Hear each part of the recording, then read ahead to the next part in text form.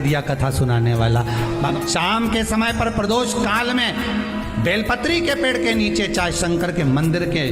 दरवाजे पर या शिव मंदिर में, अगर आप प्रदोष के दिन दिया लगाते हो, सोमवार के दिन दिया लगाते हो, तो ऐसा कोई व्यक्ति नहीं जिसको मेरे देव अधिदेव महादेव मेरा विश्वनाथ भंडार नहीं भरता हो, खाली नहीं छोड़ेगा, दे देगा, भंडार भर देगा, कमी तो नहीं रख सकता, ये पक्का। पर तुम करना ही नहीं चाह, 2-4 सोमवार करो और उसके बाद के तो महाराज जी हमने तो करा था, हम जोड़े से भोजन कराकर, चरणों को नमन कर कर, दक्षिणा प्रदान कर कर, निवेदन कर कर ब्राह्मणों से कहें, हे ब्राह्मण देवता, आप हमें आशीर्वाद प्रदान करें कि जिस प्रदोष का हमने व्रत किया है उस व्रत का पुण्य फल हमें प्राप्त हो। ऐसा ब्राह्मण चरण को नमन कर कर, प्रणाम कर कर उनसे अपने मस्तक पर अक्षत छुड़वाएं, फिर नमन कर कर, भोजन कराकर विदा करें। शाम को भगवान का जागरण करें। ऐसे प्रदोष व्रत का उद्यापन कर अपने जीवन को सार्थक बनाएं। ऐसा सुंदर प्रदोष व्रत का व्याख्यान वर्णन स्कंद पुराण में करा गया। वही स्कंद पुराण का प्रदोष व्रत का वर्णन आपको शिव महापुराण के इस सुंदर संवाद में किया गया। जब जिस महीने में जो प्रदोष पड़ा करे, जब प्रदोष पड़े, बन सके 1 बेलपत्र, बन सके 5 बेलपत्र, शमी पत्र, हरे मुंह, हरा मुंह बेलपत्र, एक कलश के अंदर थोड़ा सा पानी लेकर 1 बेलपत्र, हरा मूंग, शमी पत्र डालकर और उसमें थोड़ा सा गुड़ डालकर भगवान शिव का स्मरण कर कर प्रदोष काल में, मान लो कोई काम आपका बहुत जरूरी है, बहुत दिनों से अब थक गए हैं, नहीं हो रहा, कर्जा बढ़ रहा है, धन नहीं आ रहा, व्यापार नहीं चढ़ रहा, या कोई समस्या बहुत प्रबल है, कोई एग्जाम में बैठ रहे हो, नहीं हो रहा, परीक्षा भी दे दी है,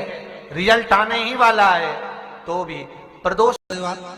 कोई व्यापार के लिए जा रहे हो, नौकरी नहीं लग रही हो, सर्विस नहीं लग रही हो आपकी, आपने बहुत एग्जाम दे ली, बहुत परीक्षा के लिए आपने तैयारी कर ली है, बहुत प्रयास कर लिया, बहुत प्रयास, अथक प्रयास आपने कर लिया, भगवान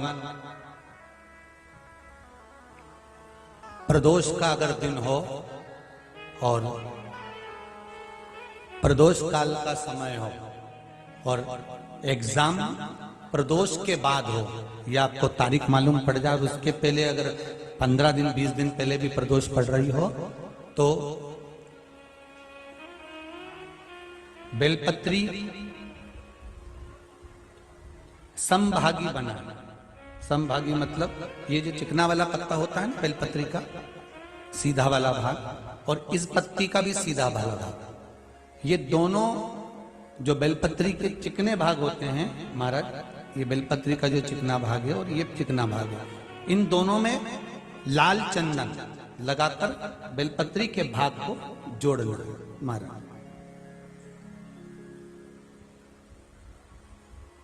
इस भाग को अपने हस्त कमल में रखकर, उल्टा हाथ उस पर रखकर भगवान देव अधिदेव महादेव के 12 ज्योतिर्लिंग का स्मरण करना। श्री शिवाय नमस्तुभ्यं, या पंचाक्षर मंत्र नमः शिवाय, या षडाक्षर मंत्र ओम नमः शिवाय। पंचाक्षर मंत्र हो, षडाक्षर मंत्र हो, श्री शिवाय नमस्तुभ्यं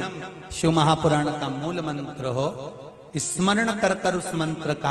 अपनी कामना कहकर अशोक सुंदरी वाली जगह पर उसको छुआ कर, भगवान शंकर पर उसका स्पर्श कराकर, उसको लाकर नंदी का एक चरण, ऊंचा भाग जहां चरण का हो, नंदी जब शिव जी के सामने होता तो उसका एक पांव ऊंचा होता है, नंदी का जो पांव ऊंचा हो, उस मंदिर में जो भी, चाहे आगे पांव हो, पीछे का पांव, जो पांव उस मंदिर में हो ऊंचा, उस चरण के पास अपनी कामना कर कर रख दीजिए और थोड़ा सा मूंग हरा मूंग थोड़ा सा, श्री गणेश जी महाराज का नाम लेकर किसी भी गौशाला में या नंदी गण जहां हो, आपके मोहल्ले में कोई नंदी हो जो घूमता हो रोड पर, कोई बैल हो, तो उसको वो मूंग खिला दीजिए और उसके बाद थोड़ा सा हथेली लेकर थोड़ा सा खिलाकर आप अपने एग्जाम पर या कोई व्यापार चालू कर रहे हो या नौकरी करना चाह रहे हो, सर्विस करना, आप उसके लिए चले जाओ, उसमें सफलता मिलेगी। पर करना किसको पड़ेगा? जो व्यापार करने जा रहा है, जो नौकरी करने जा रहा है, जो सर्विस करने जा रहा है, जो अप्लाई करने जा रहा है, जो अप्लाई के लिए आगे बढ़ने जा रहा है, कोई कंपटीशन एग्जाम में बैठने जा रहा है, करना उसको।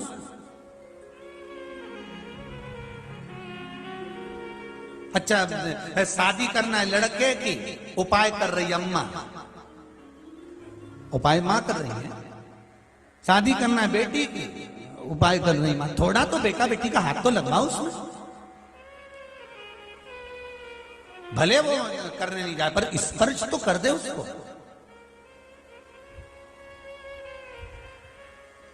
फिर कल वाली बात आ गई महाराज, तुम समोसा खाओगे तो तुम्हारे पूजन करने वाला, पाठ करने वाला, अनुष्ठान करने वाला, पूजन करने वाला, मंत्र जाप करने वाला, भगवत भक्ति में डूबने वाला ब्राह्मण तो चले गया, ब्राह्मणी बच्चे के साथ रह रही, क्या करे वो?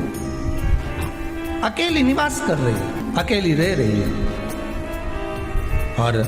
ब्राह्मणी बच्चे के साथ भ्रमण करती रहती, घूमती, कहीं कहीं दर दर जाकर कुछ भिक्षा को मांग कर लेकर आ जाती, और भिक्षा लाने के बाद में उस भिक्षा को जब लेकर आती तो अपने बच्चे को भी खिलाती और स्वयं भी उसका पान करती। एक दिन ब्राह्मणी भ्रमण करते करते प्रदोष काल के समय पर शिव मंदिर में प्रवेश करी, प्रदोष काल के समय। और शंकर मंदिर में जब प्रवेश करा, प्रदोष काल किसको कहते हैं? सूर्य अस्त हो रहा हो, रात्रि प्रवेश कर रही हो, दोनों का जब मिलन हो रहा हो वो प्रदोष काल कहलाता। दोनों का जब मिलन हो रहा, सूर्यास्त हो रहा हो, रात्रि अपना चरण बढ़ाने के लिए आगे बढ़ रही हो और दोनों का जब मिलन हो रहा है, वो प्रदोष काल है, वो प्रदोष का समय है। ब्राह्मणी मंदिर में प्रवेश कर रही, जब ब्राह्मणी मंदिर में प्रवेश करी, मंदिर के अंदर पहुंची, प्रदोष काल का समय था, प्रदोष का समय चल रहा था। और प्रदोष काल के उस समय में, प्रदोष काल के उस समय में जब ब्राह्मणी ने देखा कि कोई भगवान की भक्ति में लगा हुआ है, भगवान के रस तत्व में डूबा हुआ है, आज ब्राह्मणी के पास में कुछ पदार्थ नहीं है, अपने बच्चे का पेट भरने के लिए कुछ सामग्री नहीं है, और कुछ आस लेके वो प्रवेश करी है, कुछ आस लेकर वो अंदर प्रवेश कर जाती है। कोई ऋषि की पत्नी, कोई ब्राह्मण जन की अर्धांगिनी उस प्रदोष के समय पर शंकर का अभिषेक पूजन कर रही थी, भगवान शिव की आराधना कर रही थी, भगवान की भक्ति में डूबी हुई थी। जब भगवान शिव की आराधना में डूबी हुई है, आराधना कर रही है, ये कुछ पाने के लिए चली गई, ये कुछ पाने के लिए गई और इसके मन में आया कि मैं कुछ, मुझे भोजन का कोई पदार्थ मिल जावे, मुझे कुछ भोजन मिल जावे, और जब मुझे भोजन मिल जाएगा तब मैं जो पाऊंगी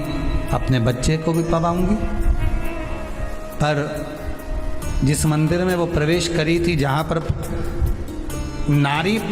पूजन कर रही थी शंकर की प्रदोष काल में, वहाँ पर पड़ी हुई कुछ वस्तु को इस ब्राह्मणी ने मांग लिया। मेरे बालक को बहुत भूख लगी है, मेरा बच्चा बड़ा भूखा है, इसके भोजन के लिए थोड़ी सी सामग्री दे दीजिए, इसके भोजन के लिए थोड़ा सा कुछ रस तत्व दे दीजिए। उसने उठाया थोड़ा सा पदार्थ, कुछ जो उसके पास में था वो दिया। जब दिया तो देने के बाद जब उसे प्राप्त हुआ और होने के बाद में जब वो मिल गया उसको, तो उसने उस समय पर उस पदार्थ को जैसे ही मुख में लिया, लेते ही कहा इसमें तो स्वाद नहीं है, इसमें स्वाद नहीं है। उस ब्राह्मणी ने बड़ा सुंदर एक संवाद कहा। घर का जो बड़ा होता है ना, घर का जो वयो होता है, घर का बुजुर्ग जो होता है, घर का जो प्रथम स्थल प्राप्त करने वाला, मेन कुर्सी पर अच्छी जगह पर जो बैठने वाला होता है ना, ब्राह्मणी कहती है वो कभी किसी वस्तु में ऐब नहीं देखता, मिनक नहीं निकालता। समाज के अन्नकूट होते हैं, समाज के जब अन्नकूट होते हैं महाराज, समाज के जब अन्नकूट होते हैं, बड़ी बड़ी समाजों में जब कार्तिक महीने में अन्नकूट महोत्सव